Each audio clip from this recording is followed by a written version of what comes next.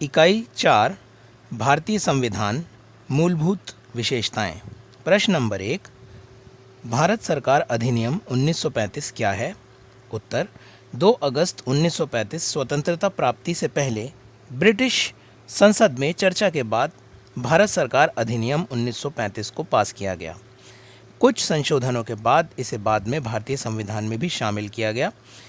इसकी विशेषताएं हैं केंद्र तथा राज्य सरकार के बीच शक्तियों का विभाजन, केंद्र सूची, राज्य सूची तथा समवर्ती सूची लागू करना, 2 सदन की विधायिका यानी राज्यसभा और लोकसभा। प्रश्न नंबर 2, संविधान सभा पर एक नोट लिखिए। उत्तर, भारत में संविधान बनाने के लिए एक सभा का गठन किया गया जिसे संविधान सभा के नाम से जाना गया।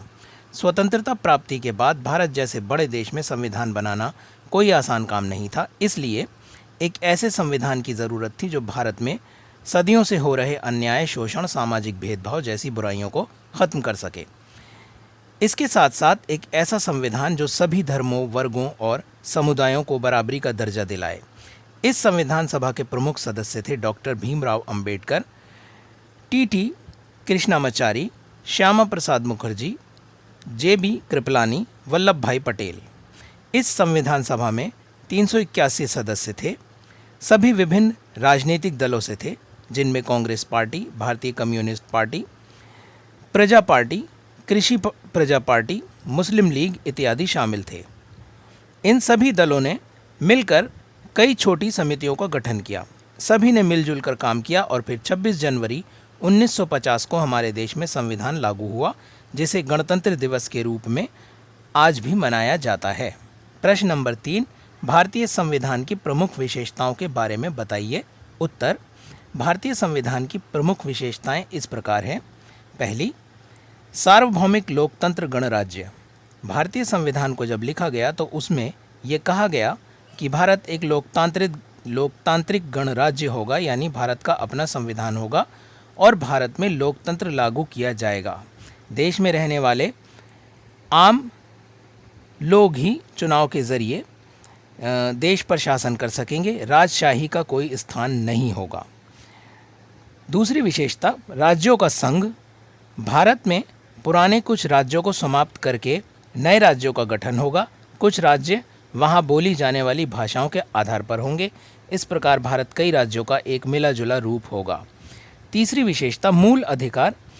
भारत के संविधान में मूल अधिकारों को काफ़ी महत्व दिया गया है, जो इस प्रकार है: समानता का अधिकार, स्वतंत्रता का अधिकार, शोषण के विरुद्ध अधिकार, धार्मिक स्वतंत्रता, संस्कृति एवं शिक्षा अधिकार आदि। मूल अधिकारों को संविधान के तीसरे भाग में रखा गया है और इस पर फैसला देना सर्वोच्च न्यायालय का अधिकार है। चौथी विशेषता, राज्य के नीति निर्देशक सिद्धांत। इन सिद्धांतों को आयरलैंड के संविधान से लिया गया है। ये वे सिद्धांत हैं जिन्हें देश की सरकार के लिए बनाया गया है। ये सिद्धांत बताते हैं कि देश में सत्ता मिल जाने के बाद भी सरकार के ऊपर कुछ पाबंदियां होती हैं। पांचवी विशेषता, मूल कर्तव्य। संविधान ने एक ओर देश के नागरिकों को कुछ मूल अधिकार दिए हैं तो वहीं उनके कुछ कर्तव्य भी तय किए हैं जिन्हें नागरिकों को निभाना होता है, जैसे अपने देश के संविधान, झंडे और राष्ट्रगान का सम्मान करना, देश की एकता और अखंडता को बनाए रखना, देश के निर्माण में भाग लेना, देश की संपत्ति को नुकसान न पहुंचाना आदि। प्रश्न नंबर 4, आपातकाल के प्रावधान पर एक नोट लिखिए। उत्तर, भारतीय संविधान के भाग 18 के अनुच्छेद 352 से 360 तक आपातकाल के प्रावधान के बारे में बताया गया है। अनुच्छेद 352 में कहा गया है कि देश में युद्ध की स्थिति या बाहरी आक्रमण की स्थिति में देश के अंदर आपातकाल की घोषणा की जा सकती है। भारत में पहली बार आपातकाल 26 अक्टूबर 1962 में लगाया गया। इसका कारण था चीन के साथ युद्ध। ये आपातकाल 1968 तक चला।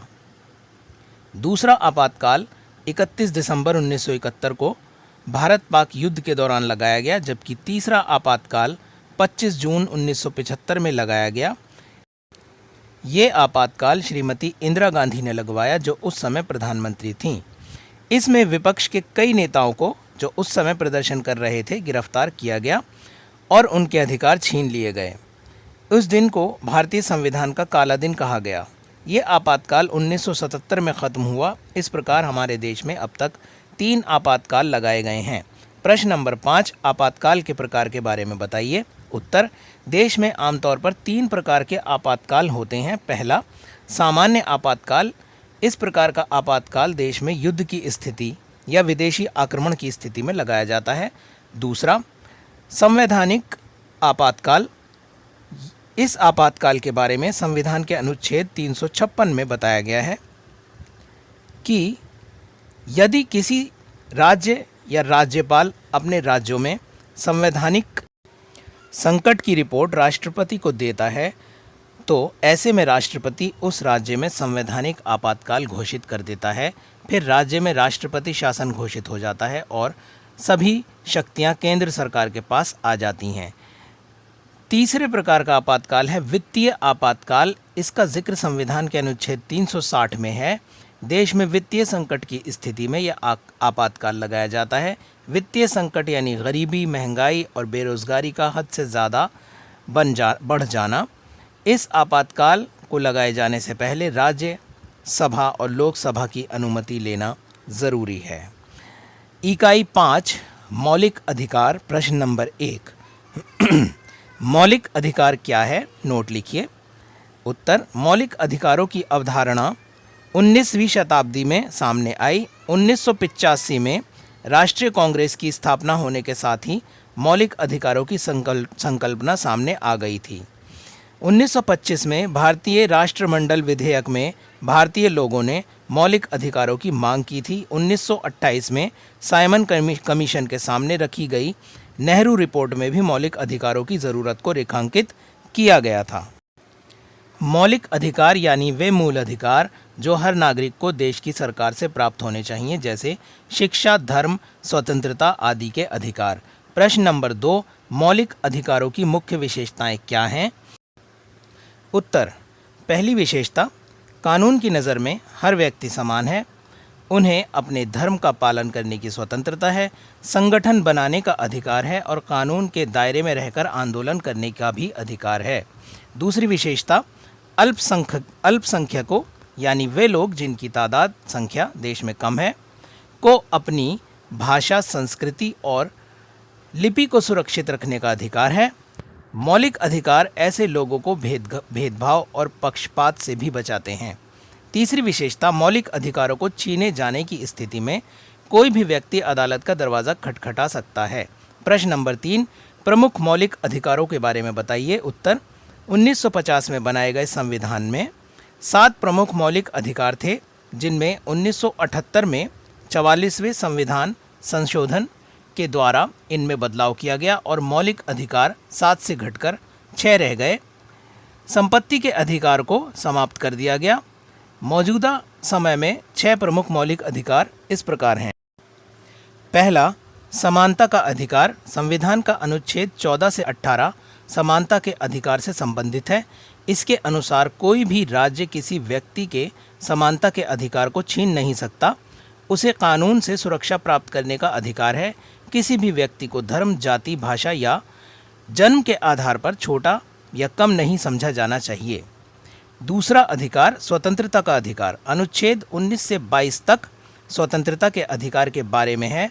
देश के हर नागरिक को स्वतंत्रता का अधिकार है, लेकिन इसका ये मतलब नहीं है कि वे व्यक्ति देश में कुछ भी करने के लिए आज़ाद है, बल्कि उसे कुछ हद तक स्वतंत्रताएं दी गई हैं, जो इस प्रकार हैं। भाषण देने की स्वतंत्रता, शांतिपूर्वक इकट्ठा होने की स्वतंत्रता, संगठन बनाने की स्वतंत्रता, देश के किसी भी हिस्से में आने जाने की स्वतंत्रता, देश में किसी भी स्थान पर बना रहने की स्वतंत्रता, किसी भी व्यवसाय को शुरू करने और उसे चलाने की स्वतंत्रता।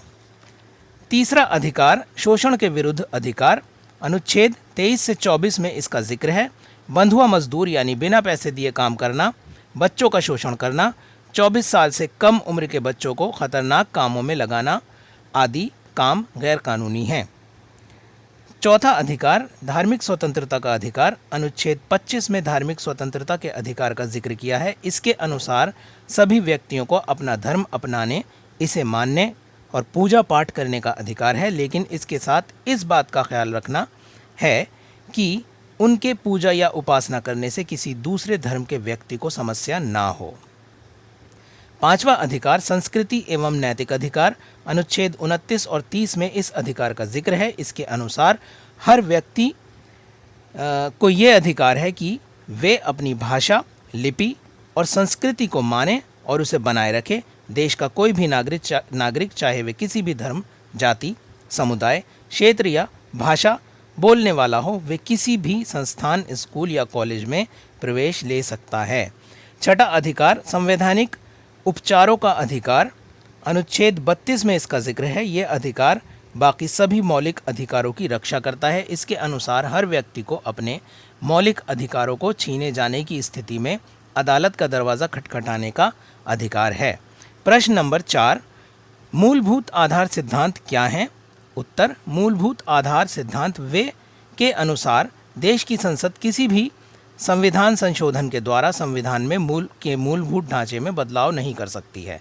1973 में केरल सरकार ने एक मामले में निजी संपत्ति को भूमि सुधार के तहत अपने कब्जे में लिया था। उसे केशवानंद भारती केस के नाम से जाना जाता है।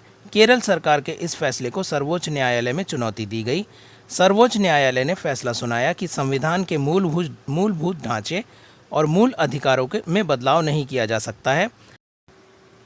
हालांकि न्यायालय ने यह भी माना कि संपत्ति का अधिकार संविधान के मूल ढांचे में शामिल नहीं है। उसके बाद 1978 में 44वें संविधान संशोधन के द्वारा इस अधिकार को मूल अधिकारों की सूची से हटा दिया गया।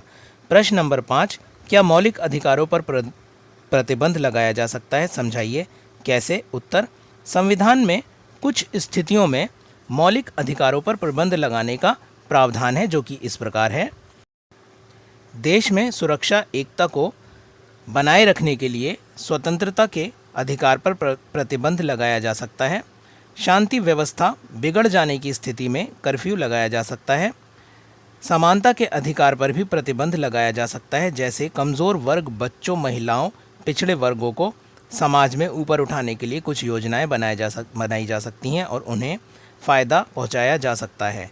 कुछ परिस्थितियों में सेना और पुलिस के कुछ अधिकारों पर भी प्रतिबंध लगाया जा सकता है।